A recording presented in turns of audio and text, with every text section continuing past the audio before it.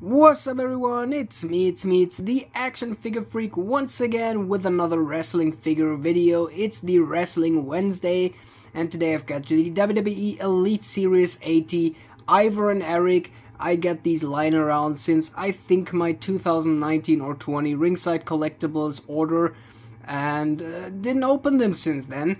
So I would say, since both of them are recalled Wall Raiders again and are the WWE Tag Team Champions right now, it's the perfect time to getting these to open. And yeah, I would say let's just stop the talking for a few seconds and getting these two opened.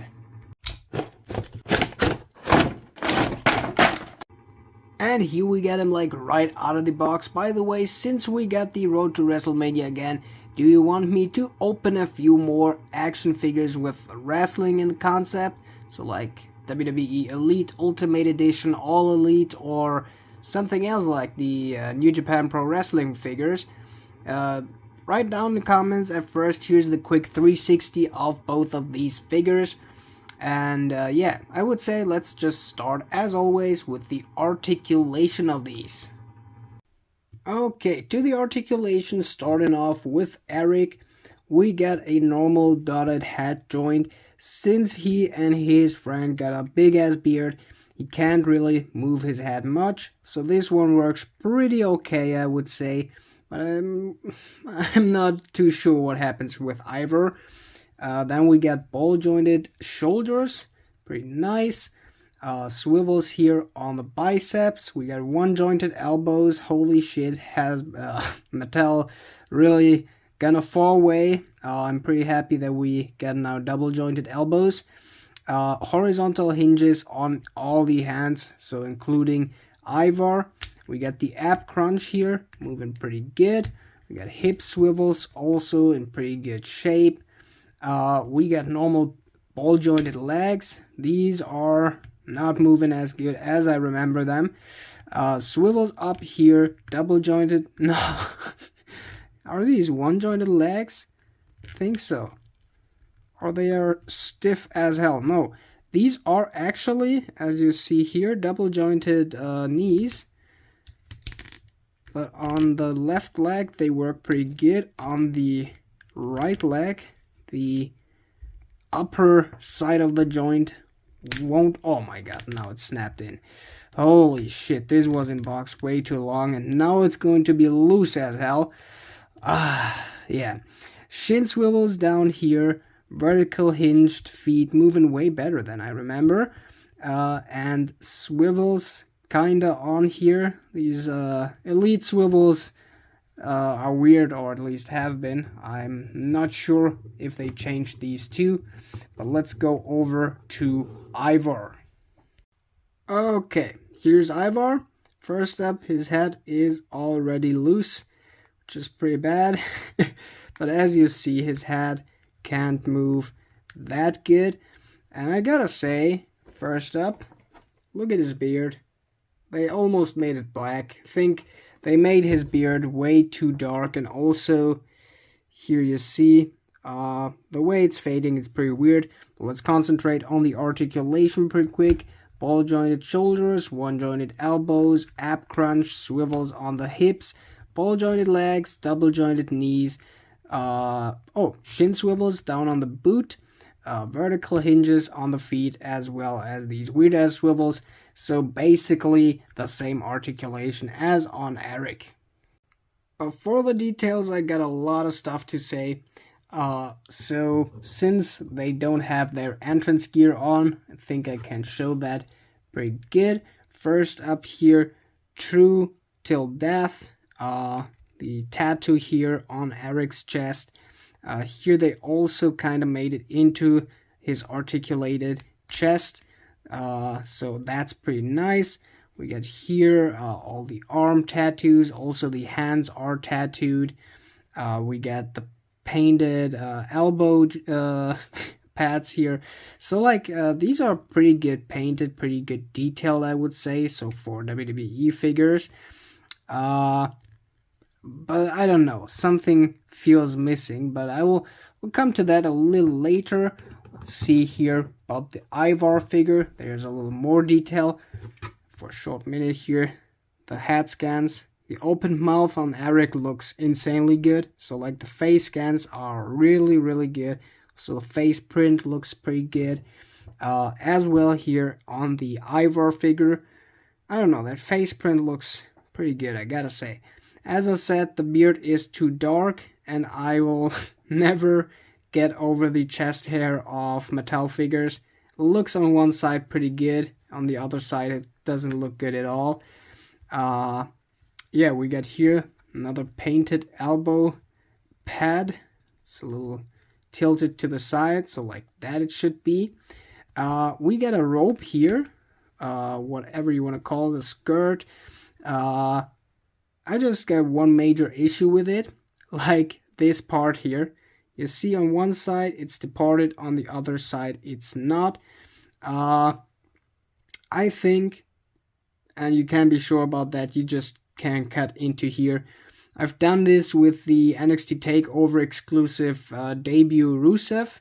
You also got a skirt like that, just a little bit longer and go into the back of his hips. And he wasn't movable, like more than that you couldn't do, so he can't even stretch like that. So on the Rusev figure I just cut into a few parts. On this one I think it's even easier and better, and mostly will make poses like this where he jumps like front, where he just leans one leg more to the front, that this here would have just make him benefit in posing. So yeah, and also here tattoos, like here on the back of his leg. On the pants there isn't much. We got here on his knee pad some other logos, these Viking stuff here. So yeah, also not that many details, but let's focus on the last big thing here, and that's the accessories. And I think the accessories are amazing. So there's something missing for me, gotta say that. But mostly we have like 2 opened hands for both of the figures, and like 2 heavy metal hands for the Viking poses, you know what I mean. Here we get on both figures one of these shoulder belts. So like you slid it through his arm here, go up on his shoulder, go under his beard here, go to the back, and now you get that little peg.